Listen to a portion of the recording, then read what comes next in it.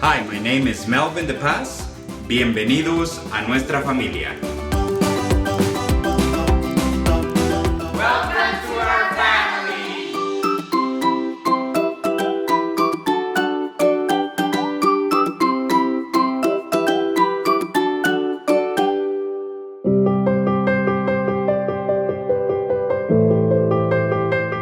Being a mother of 7 children, well, right now I feel very good. I feel blessed that I have all the support that I have from my mother-in-law, my parents, and well, mostly my husband and my older 2 children, which are girls, 2 girls. I never thought that we will have a large family. We can call it a large family with 7 children. My thoughts were always, I want to have a family. I want to be a father, and I want to have my wife and maybe have a couple of children, 3 or 4. When I met Melvin and we started dating, then we got married, in my mind, I always thought I was going to have a small family, like the ones you see on TV, the 2 parents, professionals, and the two little kids, a boy and a girl. And I thought in my mind that was like the perfect family because that's what TV and movies kind of portray. As we began our journey, our marriage journey with Maria, we also talked about our faith and the principles and the teachings of the church, of the Catholic Church. For us, using contraceptives was really us being hypocritical because we were trying to serve in the church, we were trying to lead others to the church. Knowing your faith more and praying and just knowing that you don't need to follow what others tell you that this is how it should be or this is the norm. As the kids came, yes, it was, I'm pregnant. And Melvin he was just so happy. I never, saw Melvin getting sad or anything like that. He was always happy to welcome life in our family.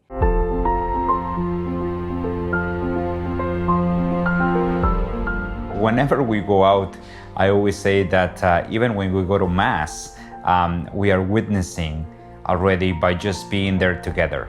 And usually even when we go to Mass, when we go to the store, when we go to school, when we go to any public place like a mall, we always draw all the attention, all the looks, because everybody sees this little army of 7 children, 5 oldest ones, and then the 2 twins in the arms. And it draws people's attentions, and you can feel it. But the attention that we draw, I've never seen negative attention. Instead, I always see that it brings smiles to people's faces. I see really happy people when they look at us and they count us. Oh, wow, they have, so many children. And I see other people that just give us the, like, what are they thinking? And other times, they just kind of ignore you. But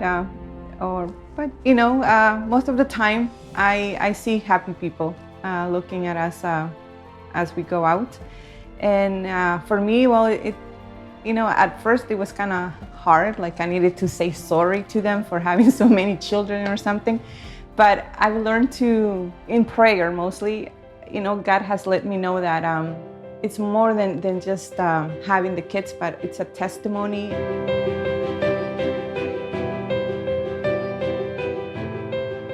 Meeting Maria was definitely a gift from God, one of the biggest gifts from God in my life.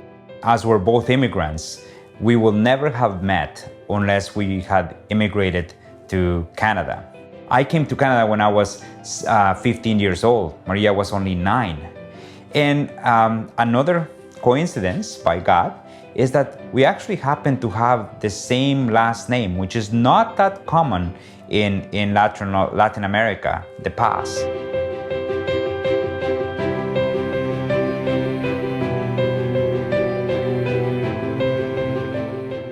Me and Melvin met at work. at a call center.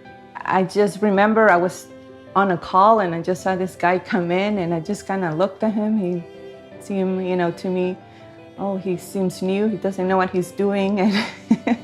And I don't know, he caught my attention and I knew that he probably spoke Spanish. And so I was attracted to him. When I went to work, I was going from work to work, from one place to another place. It was that dark period in my life. I went to this call center and they said, oh, your sister works here. And I said, oh, my sister doesn't work here. I was certain. I said, oh no, yeah, she works here, Maria De Paz. So I became intrigued. Who is this Maria De Paz? It's not my sister. So then comes in this beautiful young lady. I was interested to know who she was. And it happened to be, that was Maria De Paz. At a Christmas party that year, we just met for a month. I was trying to find out about Maria. She invited me to go to church. I was okay then because I wasn't really persevering in the church or anything. So when she said, you want to go to church? I said, sure, what church do you go to? And then she said, oh, I go to St. Ignatius. I said, St. Ignatius, that sounds Catholic. So immediately I remember back when I went for confession and the priest told me in my confession, he said that I was going to meet a girl. She was going to invite me to go to the Catholic Church, which at that point I thought, he is crazy. How am I gonna find a girl in Canada that invites me to go to the Catholic Church, especially in the circle of friends and life that I had at that time?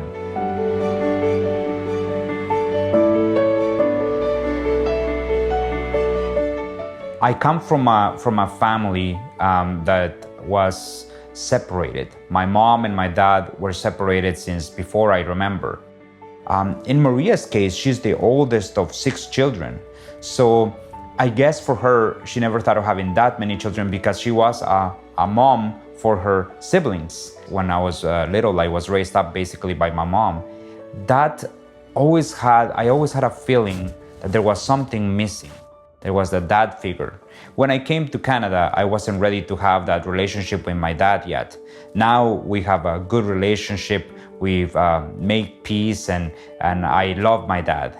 However, that period of time when I didn't have him in my life, I always thought about one day I would like to have a family. I would like to be a dad.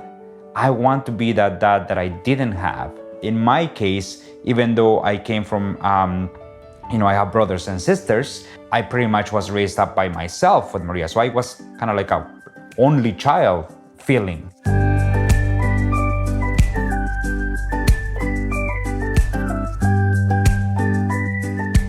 Our oldest child, Elena, she likes to draw a lot. She's very artistic. She's done some wonderful drawings in her paintings, and I think that's one of her talents and qualities she has. She's very quiet and she likes to share a lot with me. And she's 15 years old, so she's at that age where she's coming to mom more about things.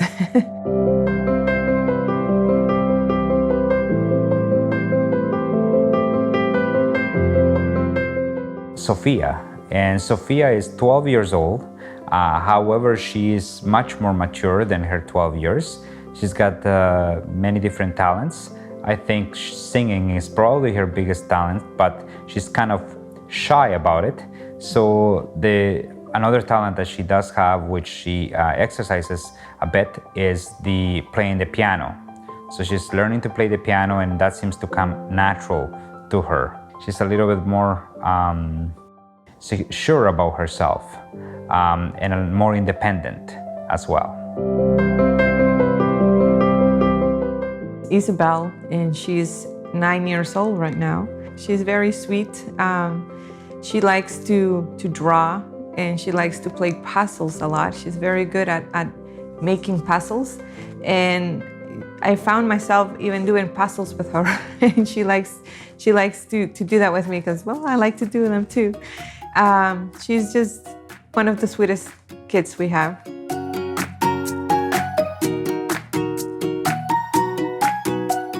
So Samuel is 8 years old, and Samuel is a handful. We have a couple of different things that are just a Samuel and Dad thing. Before he goes to bed and before he goes to go get ready for school, so in the morning and at night, he always goes on the stairs and he waits for me to go and hug him and kiss him. He grabs my ear and then he goes upstairs. It's little times that we have of one-on-one, and he's very affectionate.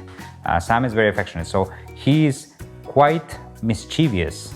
So he likes to act, I think, because he pretends like everything is calm, and all of a sudden he gets up and books it. He just runs away. He pretends he's looking one way and then he goes the next. So he's always keeping us in our toes.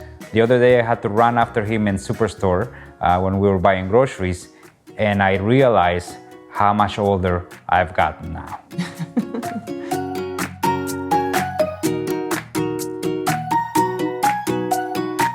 Raquel, and she's 5 years old.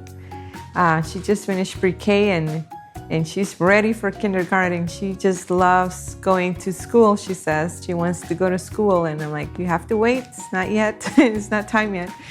But she is just talkative. She is a free spirit, just like, I would say, just like Melwin, I think. She's very sure of herself, and she makes friends quite quickly, and she just very good at memory games. Yes, we played the memory game with her, and she loves it, and she's very good at finding those those matching pictures. And she steps in to be Sam's mom once in a while. Yes. She looks after him, yeah.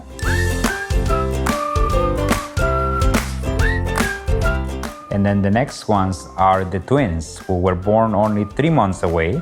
So we have Valerie, who was born about 6 minutes before Jacob.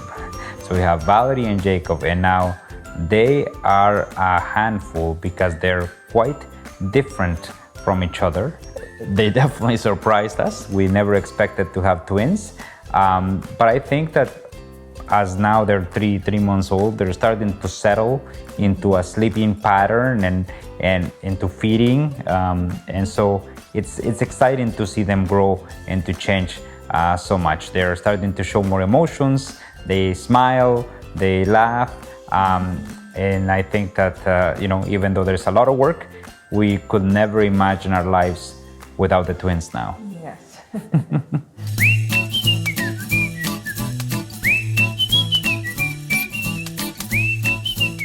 Maria is the most honest person that I know. She will not say something that she doesn't mean.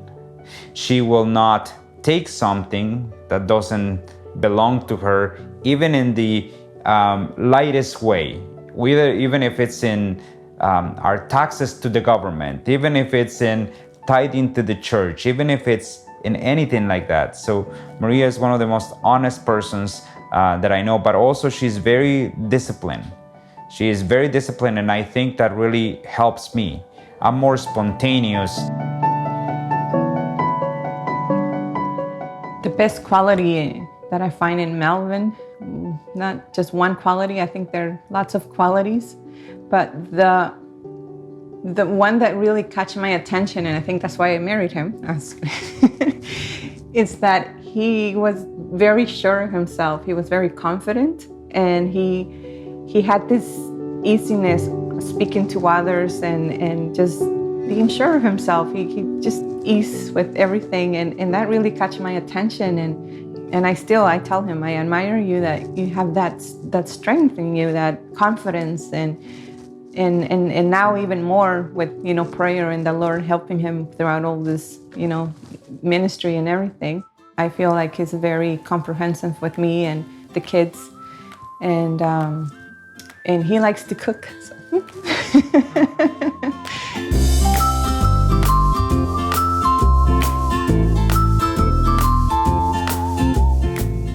Biggest challenge as a family for us, I think there's been quite a few challenges during our 16 years of marriage.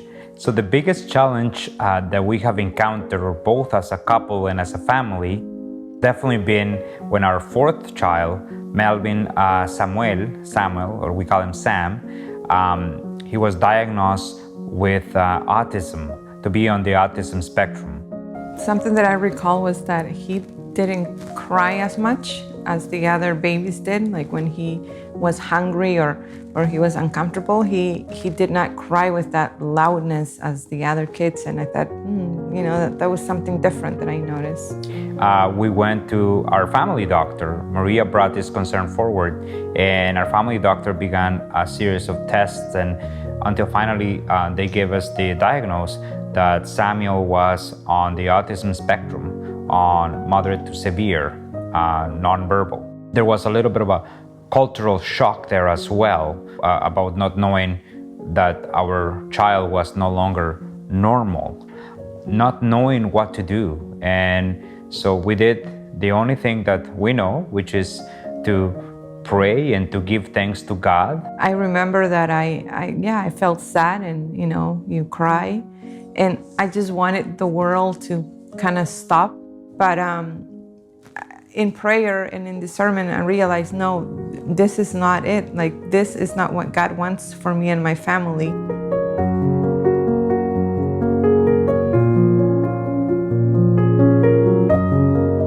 Having multiple kids can definitely be challenging. For us, it has been challenging that we have the 7 children. How do we give their personal time to each child so that they feel that they are individually loved? It has been challenging because you have to juggle your work. In my case, I have to juggle my work, Maria's work as well, our apostolate, our ministry, serving in the church. We also want to have time for ourselves. There was a time where I had to kneel down and pray very, very much to the Lord to give me patience and strength. I think it was mostly when that my kids were not really responding to me, to what I was telling them to do, to be more organized or more neat or do this or do that, and yelling a little bit too much, let's just say. And I noticed quite a difference on my children, how they were responding to me and everything. And I just told myself, no, this is not the way that I want to bring them up. So I remember that was a very, very big challenge for me. And I remember I had to pray to the Lord and, sometimes pray the rosary to Mary, just myself, asking for that patience and asking for that love that I needed to give them. And I remember that I did receive that grace from the Lord of being patient and not just, having everything perfect in the house. We started to examine ourselves and saying, okay, we need to, quote unquote, sacrifice our time, our personal time.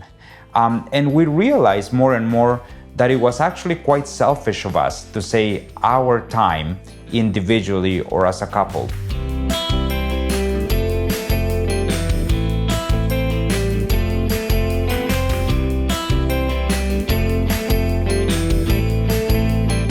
Prayer as a family, well, that is a journey in itself, because sometimes over time as individuals we develop our own style of prayer.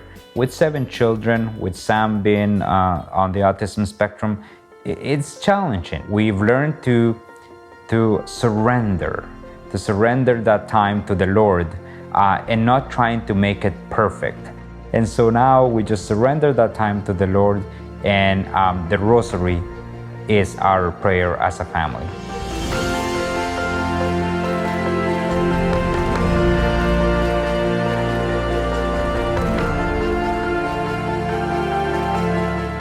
You have to put God first. If you put the Lord first, everything else will be given to you. Open yourself to life. Open yourself to love. Take a risk in loving, in welcoming a child. Because when you open yourself to life and to God and to your children, you don't lose absolutely anything. You gain more. When the children start to arrive, you realize that you're now growing into areas that you never thought you would. And you grow, because of that, you grow more as a human being, you grow more as a Catholic person, you grow more as a Christian.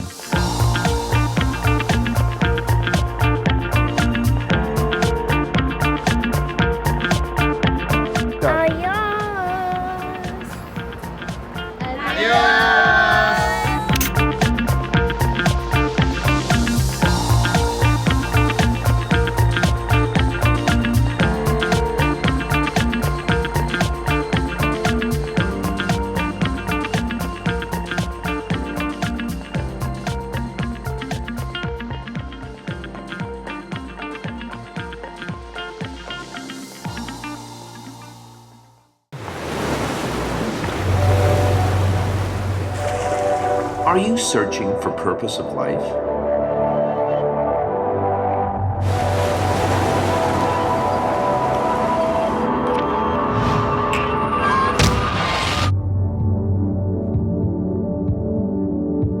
Discover your true identity.